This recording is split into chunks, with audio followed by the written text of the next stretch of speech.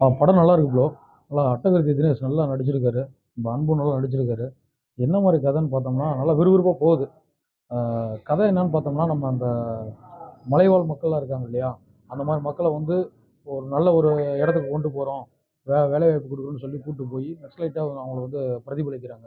அவங்கள வந்து ஏமாற்றி மக்களை எல்லாமே அழிக்கிறாங்க. அந்த மாதிரியான கதை தான் இது.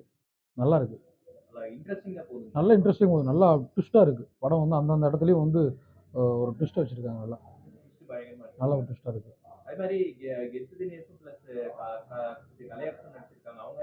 இல்லை, அதாவது நம்ம கெத்து தினேஷ் வந்து பார்த்தீங்கன்னா பயங்கரமாக நடிச்சிருக்காரு. அவர் நடிப்பு வந்து பார்த்தீங்கன்னா அந்த ஒவ்வொரு படத்துலையும் அவருடைய பரிமாணம் நல்லாவே தெரியுது. இதில் நல்லா நடிச்சிருக்காரு.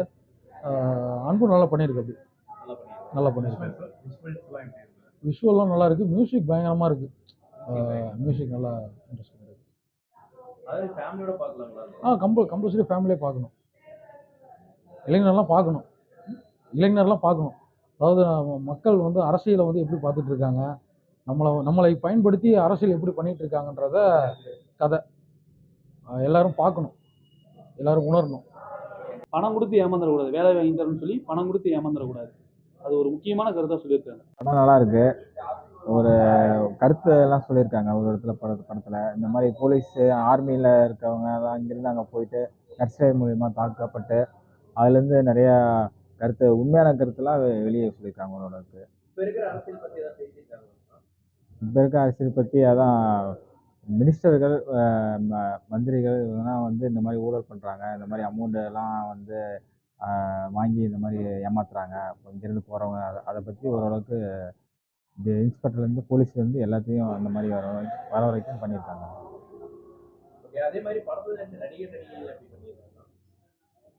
புது நடிகை இருந்தாலும் இப்போ கார்த்தி இருந்தாலும் நல்லா ஓரளவுக்கு நல்லா பண்ணியிருக்காரு. இல்லை படம் ஃபுல்லாகவே இருக்காரு. மெயின் ஹைலைட்டு நம்ம அட்டகத்தி தினேஷ் தான்.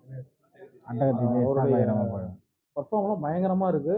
செகண்ட் ஹாஃப் மேலே அவரை வேறு மாதிரி காட்டுறாங்க. ஃபர்ஸ்ட் ஹாஃப் ஒரு மாதிரி நல்லா போயிட்டு இருக்கு. இல்லை அந்த மாதிரி எதுவும் இல்லை. அந்த மாதிரி எதுவும் இல்லை.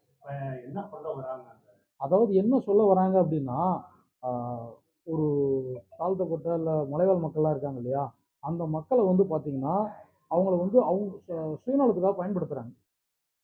அதாவது என்ன மாதிரினா, இந்த மாதிரி உங்களுக்கு கவர்மெண்ட் வேலை, இந்த மாதிரி வக்கீல், அதாவது என்ன சொல்கிறதுனா நம்ம ஆர்மியில் வேலை, உங்களுக்கு இந்த மாதிரி இவ்வளோ சம்பளன்ற மாதிரி சொல்லி அவங்ககிட்ட ஒரு பணத்தை பறித்து அவங்கள போய் வேலை அமுத்துறேன்னு சொல்லிட்டு இவங்க நக்சலைட்னு சொல்லிட்டு இவங்களெல்லாம் சுட்டு கொண்டுடுறாங்க.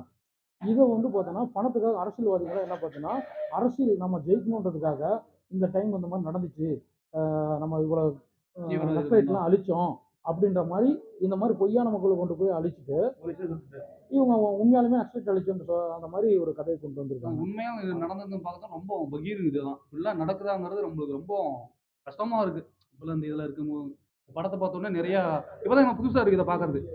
இப்படிலாம் பண்ணுவாங்களோ அப்படிங்கிற மாதிரி ரொம்ப கஷ்டமாக இருந்துச்சு நடிப்பு. உண்மைக்கு நெருக்கமாக இருக்கு. இப்படிலாம் நடக்குமா அப்படிங்கிற மாதிரி நம்ம நினைச்சு கூட பார்க்க முடியல. நினைச்சு கூட பார்க்க முடியல. இது இவ்வளவு தூரம் இருக்கு. பணம்ன்ற ஒரு கான்செப்ட் வச்சு